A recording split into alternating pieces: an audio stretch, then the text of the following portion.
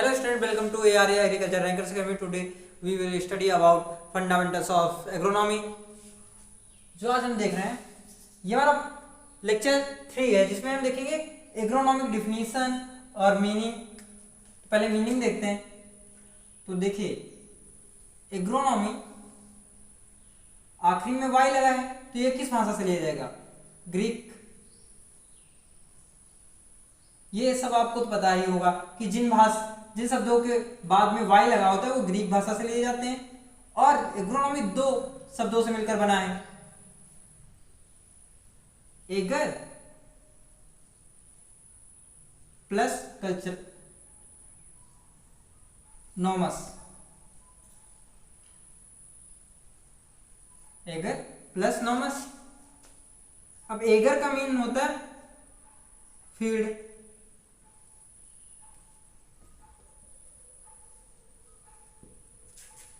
और नॉमस का मतलब होता है टू मैनेज। ठीक है, तो अब यहां से क्या होगा? इसके management of field crops is known as agronomy. ये कितने एग्रोनॉमी शब्द ग्रीक भाषा के दो शब्दों से मिलकर बना है, एगर और नॉमस। जहां पर एगर का मतलब है फील्ड, नॉमस का मतलब है टू मैनेजमेंट यानी प्रबंधन करना। देखिए एग्रोनॉमी की बात हो गई, तो इसके फादर भी देख लेते हैं कौन है। तो इसके फादर हैं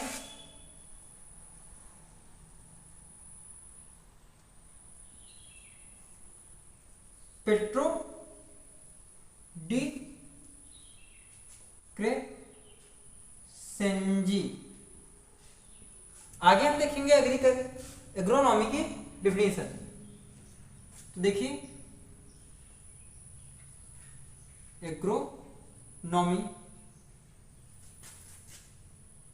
is the branch of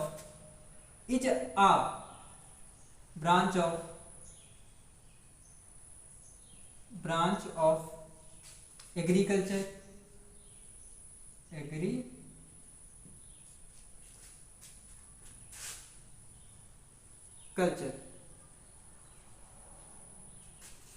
in which we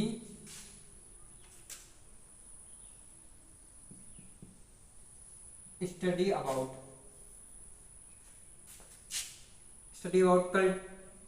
cultivation of feed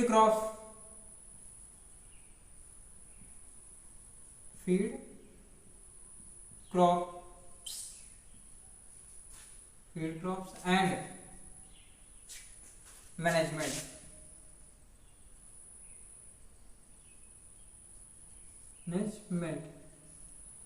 for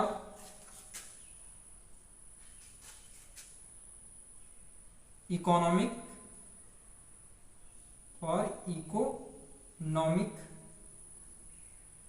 returns।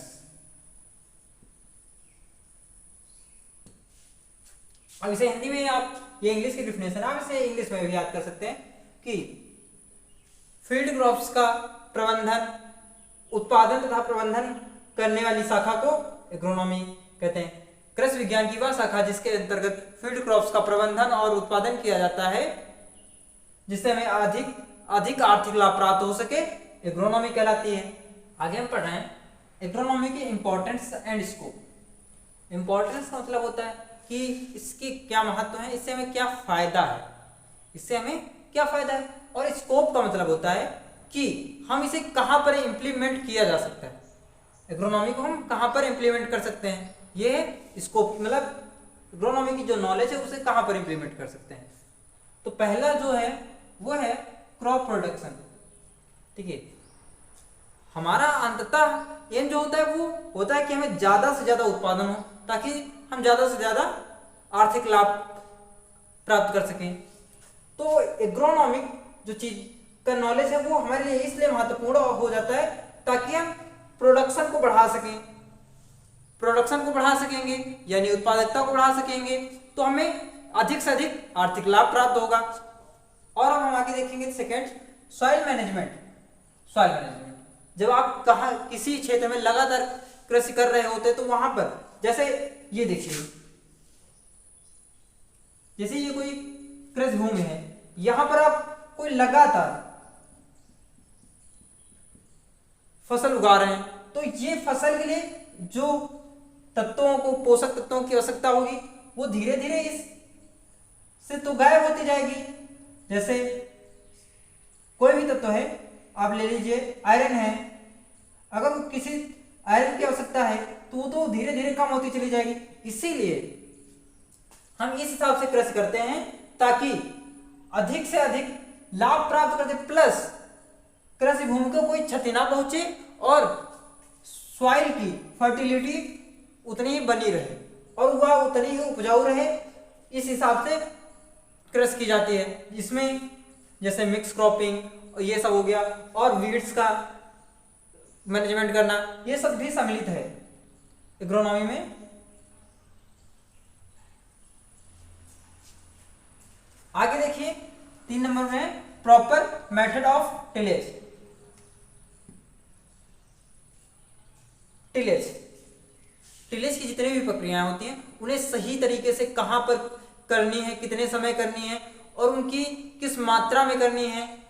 अब आप सोचिए कि जब आप कोई फसल बो रहे हैं, उसे निराई की जब समय आया है तो एक निश्चित समय होगा जहां पर जब निराई करनी होगी। ऐसा तो नहीं कि जब उठे तब कर दिया।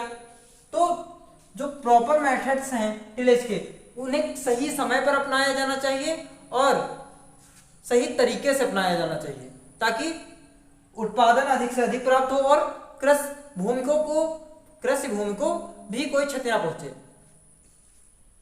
फोर्थ है suitable time for sowing. Agronomy के अंतर्गत हम ये भी पढ़ते हैं और इसका भी ज्ञान लेते हैं कि किसी फसल को किस मौसम में बोया जाता है, उसका उसमें क्या प्रभाव पड़ता है, जिससे अधिक से अधिक उत्पादन हो। जितने अधिक अगर हम किसी क्रॉप लेते हैं और उसे उसके फेवरेबल यानी जिस फेवरेबल कंडीशन में बो देते हैं तो वो उसके सीड जर्मिनेशन रेट ज़्यादा होगा। और इसकी अपेक्षा अगर हमें गर्मियों में बोई जाने वाली फसल हम ठंडी में बोएंगे तो उसका जर्मिनेशन क्या होगा, कम होगा, अच्छा उत्पादन नहीं होगा। इसलिए सूटेबल टाइम फॉर सोइंग यानी जो उसका निश्चित समय है उस फसल के लिए और जिससे अधिक लाभ प्राप्त हो, हमें ऐसे समय की जानकारी कौन देता है, एग्रोनॉमी देता है कि फील्ड क्रॉप्स के लिए हमें इस फसल को इस समय ही बोना चाहिए।